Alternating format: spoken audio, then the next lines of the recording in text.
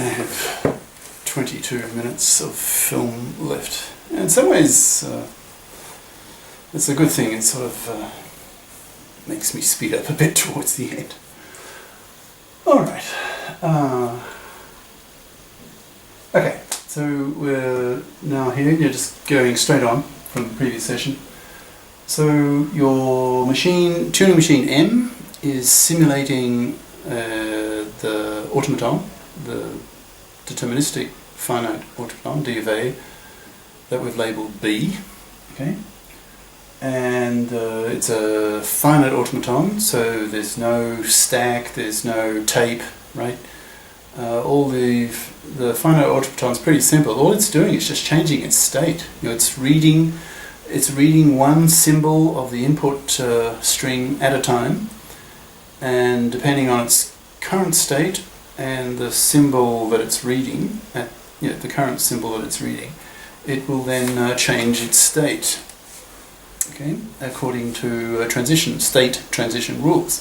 And these rules, that's what the transition function does. You input to the transition function, its two inputs are current state and current symbol being read, and its output is just the next state. Now it's a deterministic finite automaton, and therefore there will be only one next state.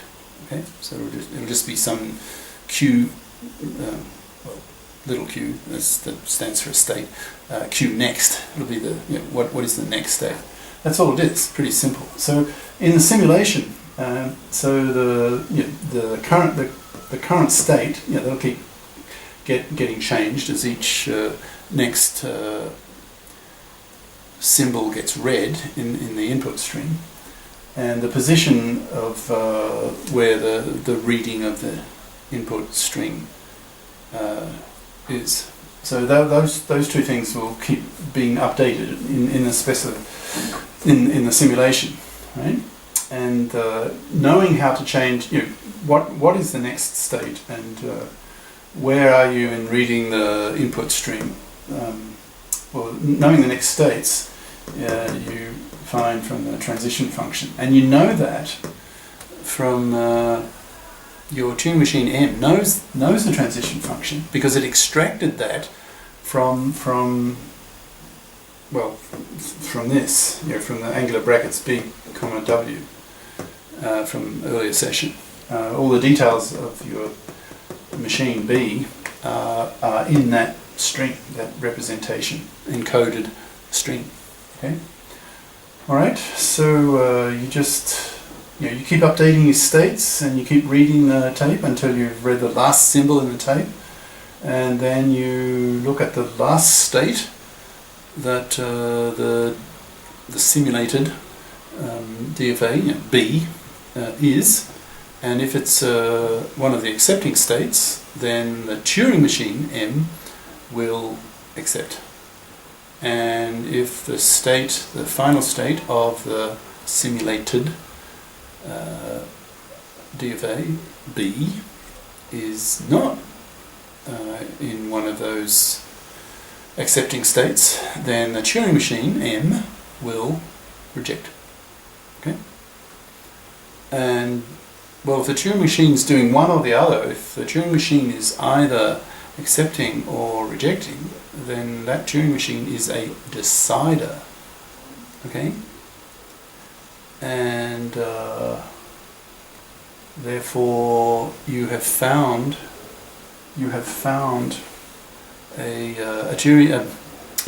algorithm, Turing algorithm, that either accepts or rejects the stream, and it could be any stream.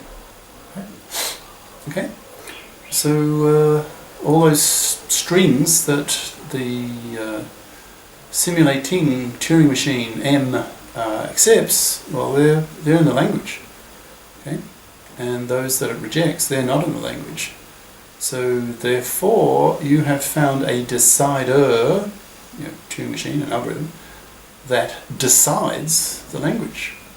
Okay, so we've shown sort of a kind of proof by construction. We've actually constructed the Turing machine that decides. decides the language. Therefore, the language is decidable. Okay, follow that logic. All right, now we can do a variant of that. Remember, there are two kinds of finite automata. There's the DFA and the NFA. So now we'll do theorem 4.2, and we will define a language instead of a D here, we'll now go N. So it's just a variant of the previous language. So it's much the same. The only difference now is B is not a DFA, it's an NFA. It's a non-deterministic finite automaton. In other words, you can have more than one in certain moments in your computation. You can have more than one state, more than one next state. Okay, in which case you get branching and you get copies of your machine made. One copy will go down one branch, another copy or more will go down another branch, and so on. Okay, independently, they just keep processing them independently. And if just one of the branches, if a path in a tree, a computation tree, if a path ends on a leaf, and that path ends in a state that is an accept state, you only need one of them, one path that ends in an accept state, then the whole NFA accepts. Okay? If no path ends in an accept state, then the NFA rejects.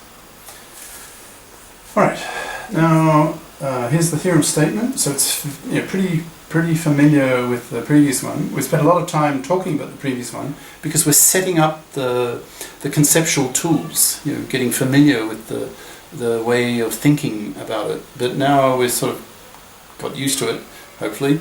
The second, third one, it'll get quicker and quicker because we're getting more familiar with the procedure, the way of thinking. Okay, so now B now is an NFA, not a DFA, that accepts the string W. Right?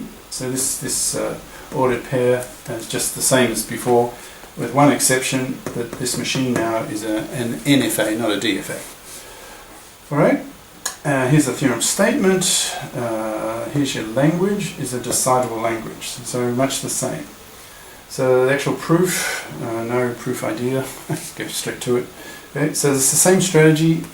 You just find a Turing machine that decides the language. Right?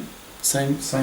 Now we're going to call this Turing machine N, not M, N, because we've already done M for the DFA. And this machine N